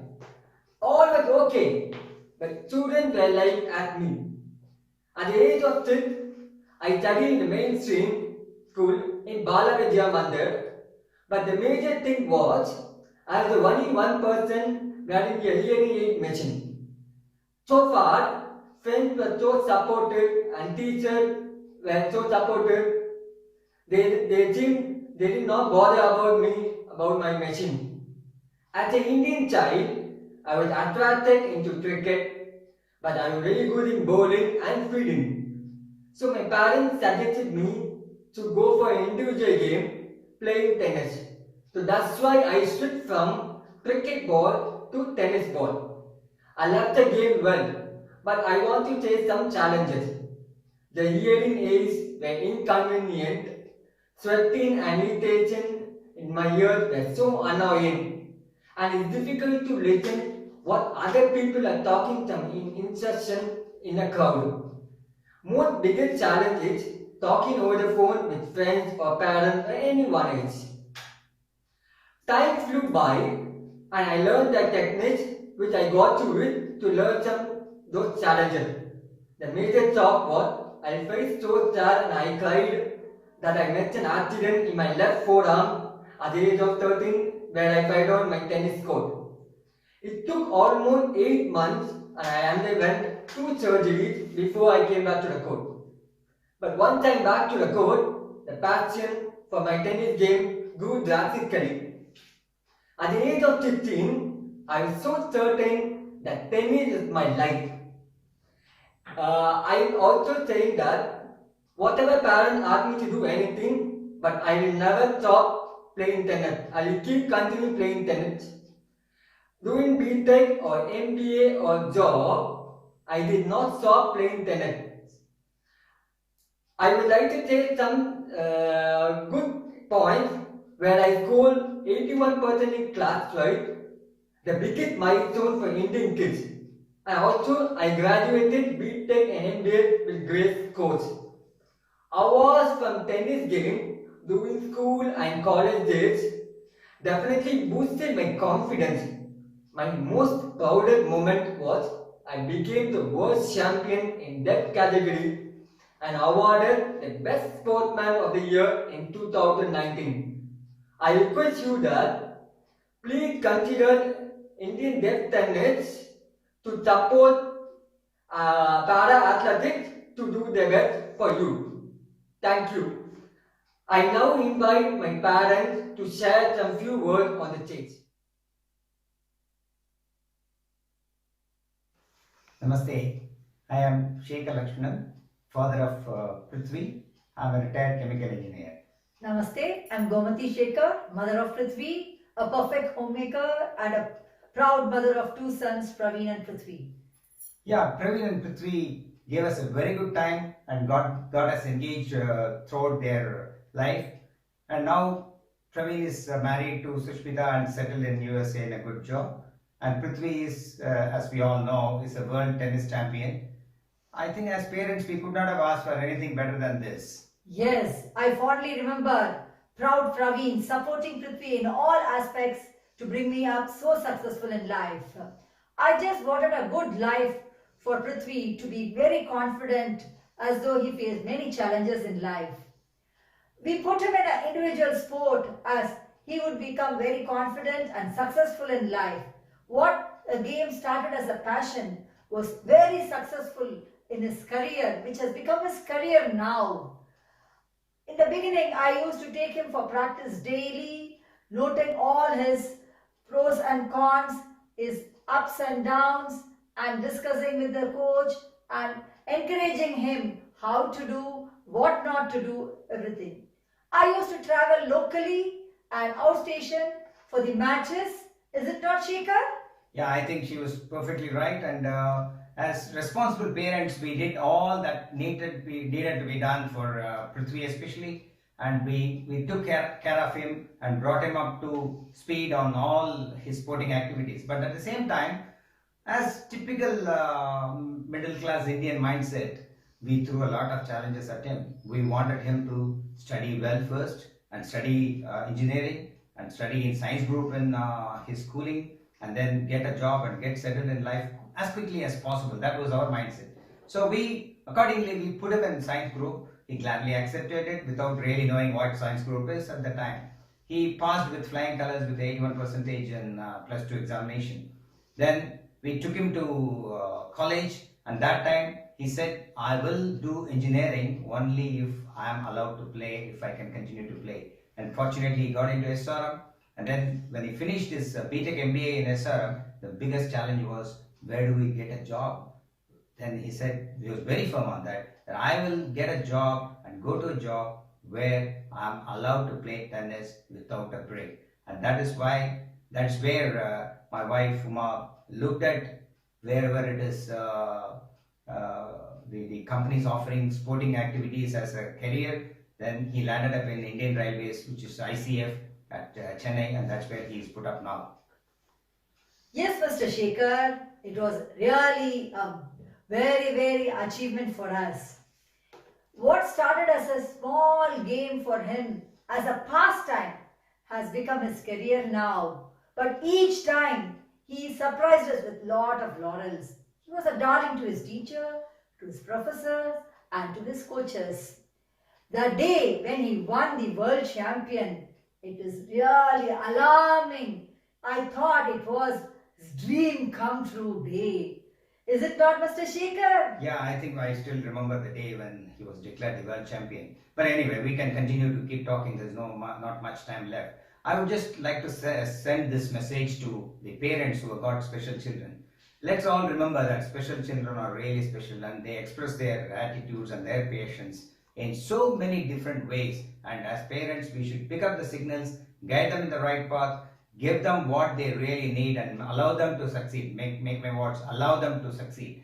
So Prithvi is a classic example now where he has demonstrated that both studies and sports can be done together and done very well together. So if Prithvi can do it, there are thousands and millions of such talented young persons and children who are across the world can really benefit from his case study. And I wish them all a great future ahead. Yes, it is the most important parental support that is required for these children. We need patience. One day or the other, they will really succeed in life. I am really proud that Prithvi has become a role model for all these para-athletic children to come shining in their life. Thank you. Thank you very much for your hearing.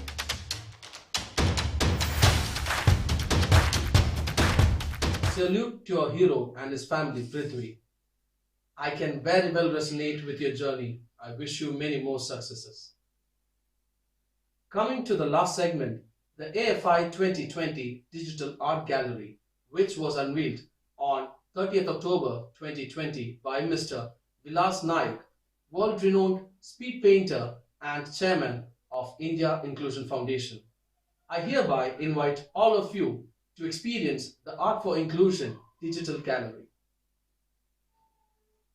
For an inclusive experience of artwork of each artist, please visit the Art for Inclusion page on www.indiainclusionsummit.com. I would like to sign off by thanking each of you and saluting all the caregivers. Thank you, IIS, for giving me an opportunity on this platform. Please do tune in on November 28th at 5 p.m. Indian Standard Time to watch Ability Unlimited. See you there. Once again, Neeraj signing off, and happy IIS celebration to you all.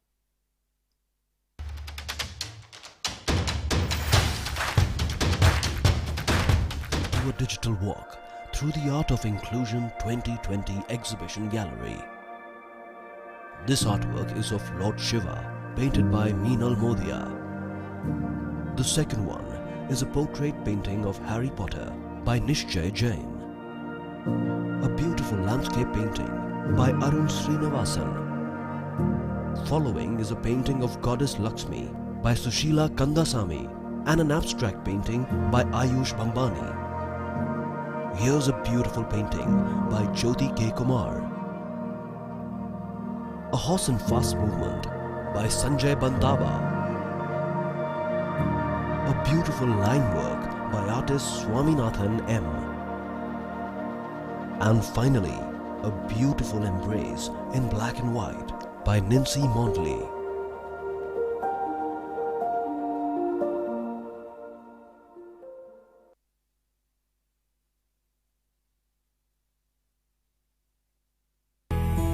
मिल भी जाए अगर एक जन्म और फिर जी लूंगा मैं उसे 100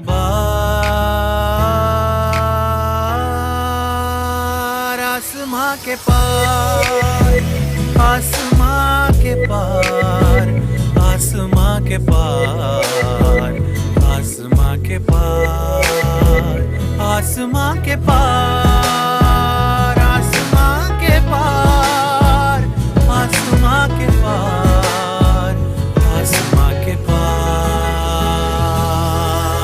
Everyone is blessed, each differently than the rest, but we all have the zest to live life to the fullest. No matter our ability, we all can breathe in life in ways people can't imagine, though obstacles are rife. We may not have voices, but we are not unheard.